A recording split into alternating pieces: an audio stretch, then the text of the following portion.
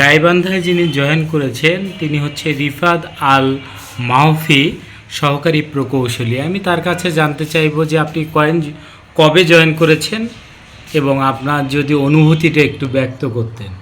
আসলে অনুভূতি বলতে আমি হচ্ছে আমাদের এই গত 7ই এপ্রিল আমরা হচ্ছে মন্ত্রণালয়ে জয়েন করি। সেখান থেকে গত 15 এপ্রিল আমাদের নিয়োগ প্রদান করা হয়, আমাকে গাইবান্ধা জেলা পরিষদে পাঠানো হয় এবং এখানে আমি গত রবিবার অর্থাৎ 19 এপ্রিল জয়েন করি।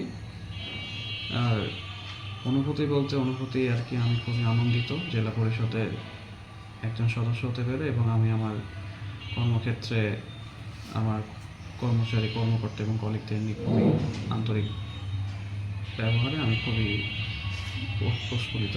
আচ্ছা, গাইবান্ধায় জয়েন করে গাইবান্ধার মানুষরা আন্তরিকতা কেমন দিচ্ছে? জি, খুবই ভালো। গাইবান্ধার মানুষ খুবই আন্তরিক, শহরটাও খুবই সুন্দর, নিরিবিলি। আশা করি এখানে খুব ভালোভাবে সময় কাটবে। আচ্ছা, আগে তো আমাদের হচ্ছে জেলা পরিষদের কোনো প্রকৌশলী ছিল না, এই প্রথম যে প্রকৌশলী আপনাদের নিয়োগ দেওয়া হয়েছে জেলা পরিষদে, যে এই আমূল পরিবর্তনটা এই সরকারের আমলে হলো, এটা আপনি কিভাবে দেখবেন? এটা সম্ভবত আমাদের যে স্থানীয় সরকার কাঠামোতে এটাকে শক্তিশালী করার জন্য জেলা পরিষদে সরাসরি নিজস্ব ইঞ্জিনিয়ার নিয়োগ দেওয়ার যে একটা সিদ্ধান্ত নেওয়া হয়েছিল, আমি মনে করি এটারই একটা বহিঃপ্রকাশ যে স্থানীয় সরকার কাঠামোগুলো যেন শক্তিশালী হয় এবং তাদের নিজস্ব প্রকৌশলী যেন থাকে, এই কারণেই সরাসরি নিয়োগ।